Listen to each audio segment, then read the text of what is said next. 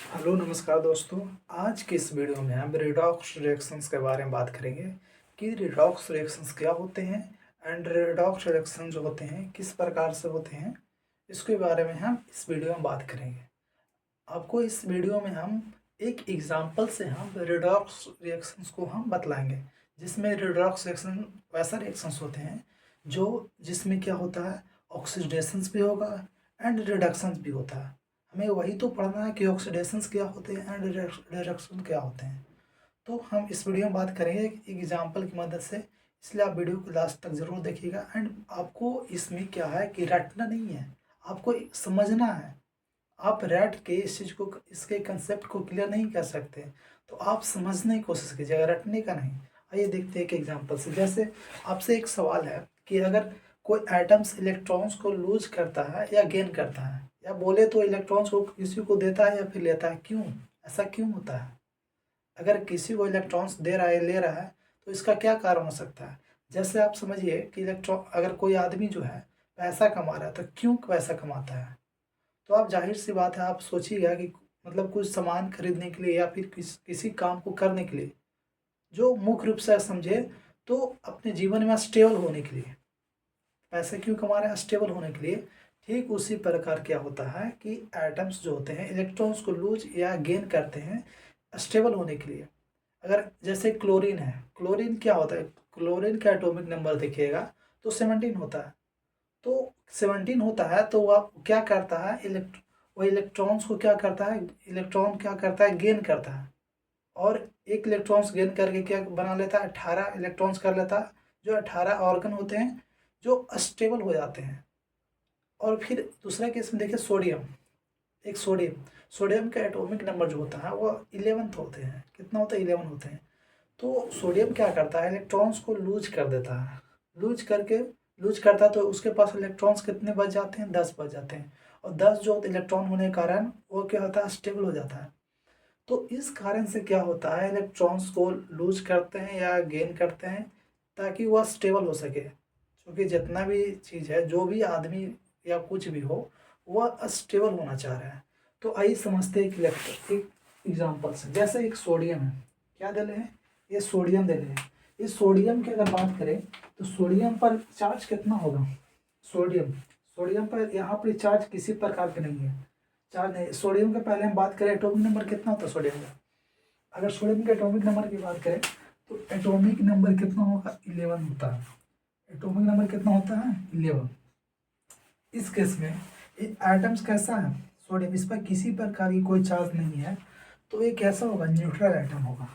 अगर इस पर चार्ज रहता है, या प्लस हो या माइनस हो, तो यह न्यूट्रल एटम्स नहीं होते। लेकिन चार्ज अगर इस पर नहीं है, नहीं दिख रहा है, इसका मतलब चार्ज इस पर किसी प्रकार का नहीं है, तो यह न्यूट्रल एटम है। क्या, कैसा एटम, न्यूट्रल एटम है। और न्यूट्रल एटम्स के केस में क्या होता है, न्यूट्रल एटम के केस में क्या होता है, जो एटॉमिक नंबर जो होता है, एटॉमिक नंबर जो होता है प्रोटॉन्स के बराबर होते हैं, और प्रोटॉन्स जो होते हैं इलेक्ट्रॉन्स के बराबर होते हैं। एंड इलेक्ट्रॉन्स कितना हो जाएगा यहाँ पर, 11। एटॉमिक नंबर कितना है, एटॉमिक नंबर एन से, एन हम बात करें तो एन हम क्या डिनोट कर रहे हैं, एन हम डिनोट कर रहे हैं एटॉमिक,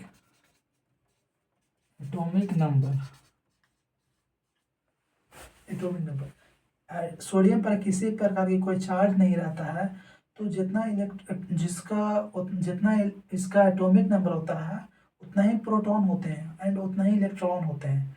तो इसमें इलेक्ट्रॉन कितना होगा, जितना इसका एटॉमिक नंबर होगा कितना है, 11, तो 11 इसका इलेक्ट्रॉन्स होंगे, ठीक है।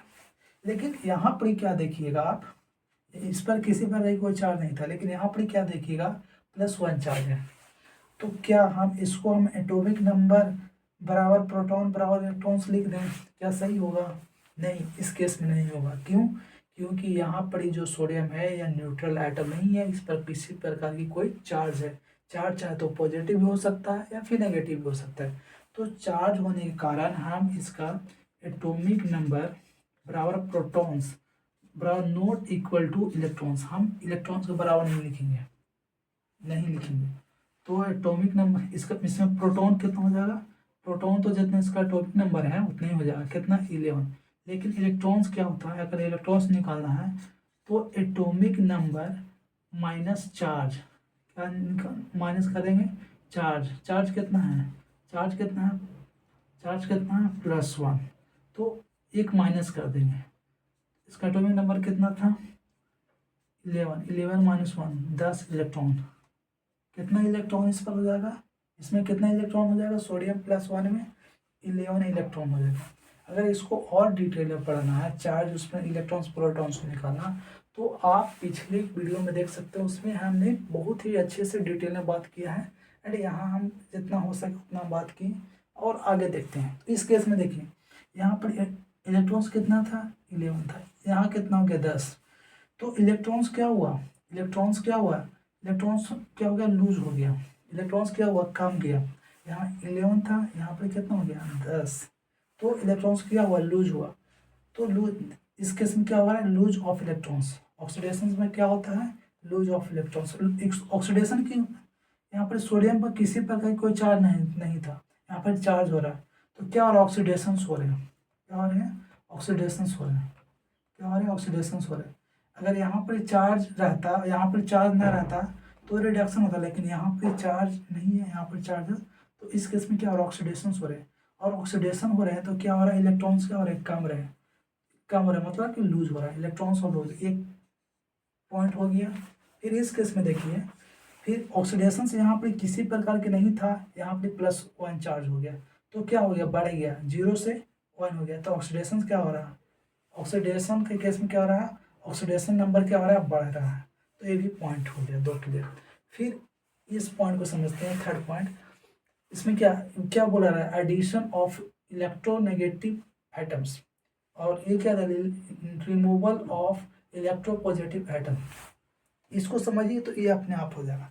जैसे रिमूवल हो रहा है इलेक्ट्रोपॉजिटिव एटम्स का मतलब क्या हो रहा है कि उसमें क्या हो रहा है, इलेक्ट्रो जो पॉजिटिव चार्ज जो एटम्स है वो रिमूव हो रहा है, निकल रहा है। तो यहाँ पर देखिए, यहाँ पर सोडियम क्या होता है, सोडियम होता है, सोडियम क्या होता है, पॉजिटिव चार्ज आयन्स होते हैं। तो यहाँ पर 0 था, किसी प्रकार का और चार्ज नहीं था, यहाँ पर क्या हो रहा था, चार्ज आ गया। तो यहाँ पर क्या हो रहा है, 11 इलेक्ट्रॉन से कितना बच गया, 10। तो क्या हो रहा है, रिमूव हो रहा है इलेक्ट्रोपॉजिटिव आयन। इलेक्ट्रोपॉजिटिव जो एटम्स है क्या हो रहा है, रिमूव हो रहा है, क्या हो रहा है, रिमूव हो रहा है। इस केस में यहाँ पर 11 इलेक्ट्रॉन था, यहाँ पर 10 हो गया। तो ये भी पॉइंट्स हो गया, 2 पॉइंट, 3 पॉइंट्स हो गए। फिर इस केस में क्या होता है, एडिशन ऑफ इलेक्ट्रोनेगेटिव एलिमेंट्स, एक दूसरे के अपोजिट होता है। अगर इलेक्ट्रोपॉजिटिव एटम्स रिमूव हो रहे हैं तो इलेक्ट्रोनेगेटिव एटम्स क्या होंगे, ऐड होंगे, क्या होंगे, ऐड होंगे। इलेक्ट्रो जो एडिशन ऑफ इलेक्ट्रोनेगेटिव एटम्स हैं हम इसमें पढ़ेंगे। इस केस में क्या होता है, रिडक्शन के केस में उसमें क्या ऐड होता है, इलेक्ट्रोनेगेटिव एटम्स। और ऑक्सीडेशन के केस में क्या ऐड होता है, ऑक्सीडेशन के केस में क्या होता है, ऑक्सीडेशन के केस में इसमें क्या हुआ, इसमें क्या होता है, इसमें क्या होता है, इसमें क्या होता है, एडिशन होता है, किसका, एडिशन होता है इलेक्ट्रोपॉजिटिव का। और इस केस में एडिशन होता है इलेक्ट्रोनेगेटिव एटम का।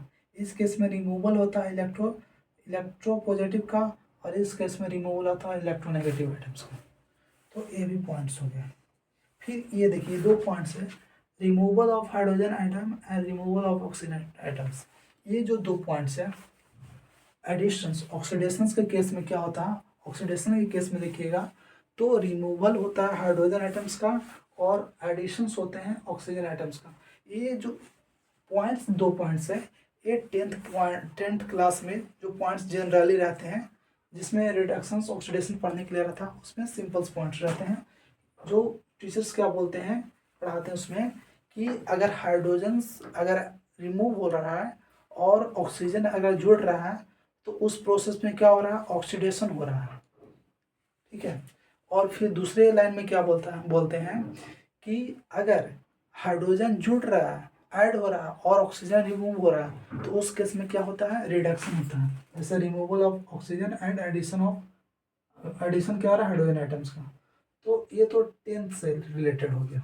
लेकिन ये जो 4 पॉइंट्स हैं, ये कुछ एक्स्ट्रा जो होते हैं आगे बदलाया जाता है। जो इससे 12th क्लास में जो पढ़ने के लिए रहा था उसमें ये पॉइंट्स बताए जाते हैं। जो क्वेश्चंस हमारा इसमें से ज़्यादातर 12th में जो क्वेश्चंस आते हैं ये 4 पॉइंट्स पूछते हैं, और ये जो 2 पॉइंट्स होते हैं ये 9th क्लास में होते हैं।